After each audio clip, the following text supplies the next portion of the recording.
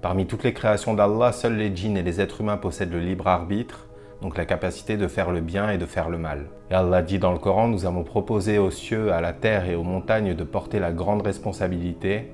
Ils ont refusé de la porter et en ont eu peur. Et ici, la responsabilité peut faire référence à plusieurs choses. Certains disent que c'est la responsabilité générale d'obéir à Allah, donc de faire le bien et d'éviter le mal. D'autres disent que c'est la responsabilité de prendre soin de l'âme créée par Allah et qu'il a mis dans nos cœurs. Et d'autres disent que la responsabilité fait ici référence au Coran. Et Allah nous dit que ces grandes créations, donc les cieux, la terre, les montagnes, ont refusé ou étaient incapables de supporter cette responsabilité et qu'ils en ont eu peur. Et il continue en disant « alors que l'homme s'en est chargé, car il est très injuste et très ignorant ». Et ici, le mot utilisé pour ignorant peut aussi être traduit par impulsif. Autrement dit, l'homme se précipite et il accepte tout ce qu'on lui propose sans se soucier de l'énorme responsabilité que ça implique. Donc même avant d'arriver sur Terre, on a pris l'engagement devant Allah d'assumer cette responsabilité, que ce soit de faire le bien, de prendre soin de nos âmes ou d'apprendre, de transmettre et de mettre en application le Coran. Et le jour du jugement, le prophète sallallahu alayhi wa sallam se plaindra de sa communauté.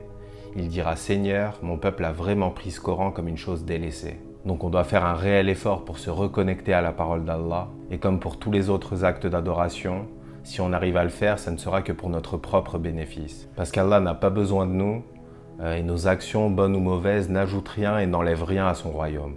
Et ailleurs dans le Coran, Allah dit « Si nous avions fait descendre ce Coran sur une montagne, tu l'aurais vu s'humilier et se fendre par crainte d'Allah. » La parole d'Allah est tellement grande et tellement puissante qu'une montagne serait incapable de la supporter. Elle serait réduite en poussière par admiration et par crainte d'Allah. Donc les pierres qui composent des montagnes exploseraient et seraient réduites en poussière, mais nos cœurs, qui sont aussi comparés à des pierres, peuvent écouter ou lire le Coran sans que rien ne se passe et que rien ne bouge. Et Allah dit dans le Coran, « Vos cœurs sont devenus comme des pierres ou plus durs encore. » Qu'Allah adoucisse nos cœurs. Salam alaikum wa rahmatullah.